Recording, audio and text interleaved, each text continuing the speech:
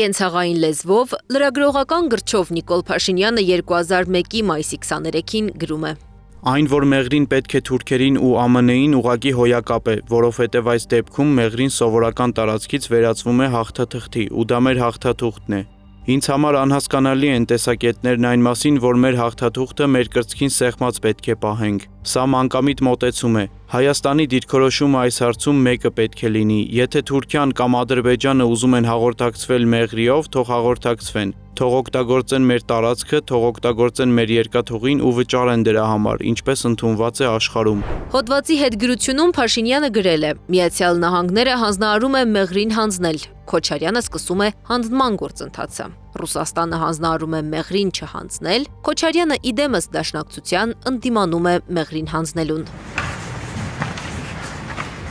Լրագրող Փաշինյանն ասում էր. կտրել ցանկացած ձեռք, որ կփորձի Մեղրին կամ Մեղրի վերահսկողությունը հանձնել ուրիշին։ 2025-ին արդեն վարչապետ Փաշինյանը աջ ձեռքով ու սև գրիչով Թրամփի հետ ստորագրում է նախագիծ Մեղրիով անցնող, որի 74%-ը Միացյալ Նահանգներին է պատկանում։ 74%-ը Միացյալ Նահանգներինն է, 26%-ը Հայաստանի իրավազորությունն է։ Այստեղից ամեն ինչ արդեն պարզ է։ Ակնհայտ է, չէ՞, որ հսկիչ փաթեթը, ձայնի իրավունքը եւ դրանից բխող հետևանքները Միացյալ Նահանգներինն են։ Հայաստանը ունի խիստ սահմանափակ այդ ընդհանուր գործընթացի վրա խիստ նվազ ազդեցություն իր 26% մասնաբաժնով։ Հունիսի 4-ին այդ փաստաթղթերը նորից ստորագրեց արդեն Արարատ Միրզոյանը, նորից աջ ձեռքով ու սև գրիչով։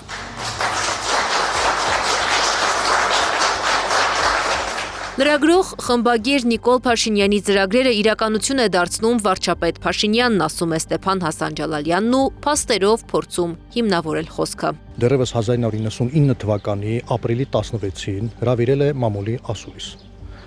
Եվ այդ ասուլիսում մասնավորապես հայտարարել է հետևյալը, որ ուրեմն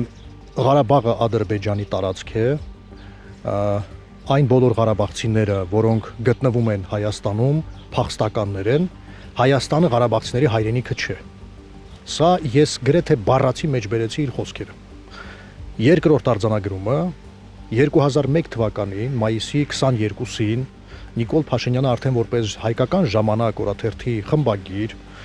ուրեմն իր ստորագրությամբ, իր իսկ ստորագրությամբ հրապարակել է հոդված, որտեղ անդրադարձ է կատարել ազատագրված տարածքներին եւ հայտարարել, որ դրանք պետք է վերադարձնենք Ադրբեջանին։ Ես նորից իր բառերից մեջ բերեմ, ասում է. ես չեմ կարծում, թե լավ դիվանագիտությունը կարող է այնպես անել, որ այդ տարածքները չվերադարձնենք Ադրբեջանին։ Մերը թողած ուզում ենք տեր լինել ուրիշին, կամ որ մեր դեպքում ճիշտ է, ինչու չենք տալիս հնարավորություն չենք տալիս, որ ուրիշը տեր լինի։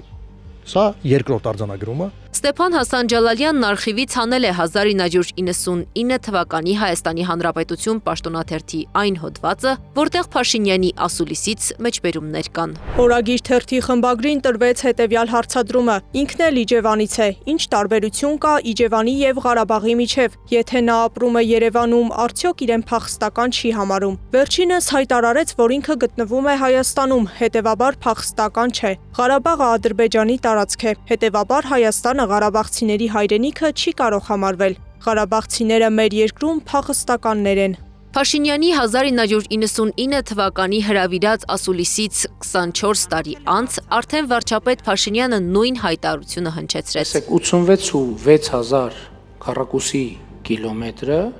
ներառում է նաև Լեռնային Ղարաբաղը։ Վարչապետ Փաշինյանի առանձնահատուկ վերաբերմունքն արցախցիների նկատմամբ չի փոխվել, նշում է քաղաքագետը։ Մեր օրերում էլ Փաշինյանն Արցախից բռնի տեղահանվածներին փախածներ է կոչում եւ ոչ միայն։ Փախածներով չփորձեք ասեք, որ ես Ղարաբաղ եմ տվել։ Դուք ինչի՞ եք զոհերի մեջ չեք կարա։ Գնալ զոհվել մեր երեխեքի տեղը։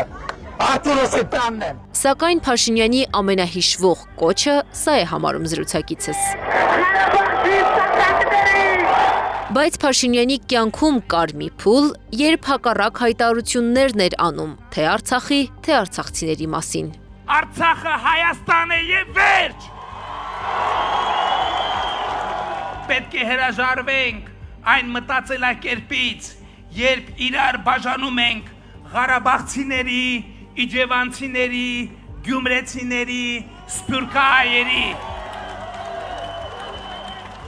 Սա ամենևին չի նշանակում, թե մենք պետք է հրաժարվենք մեր ծննդավայրից, նրա նկատմամբ մեր ունեցած զգացմունքներից։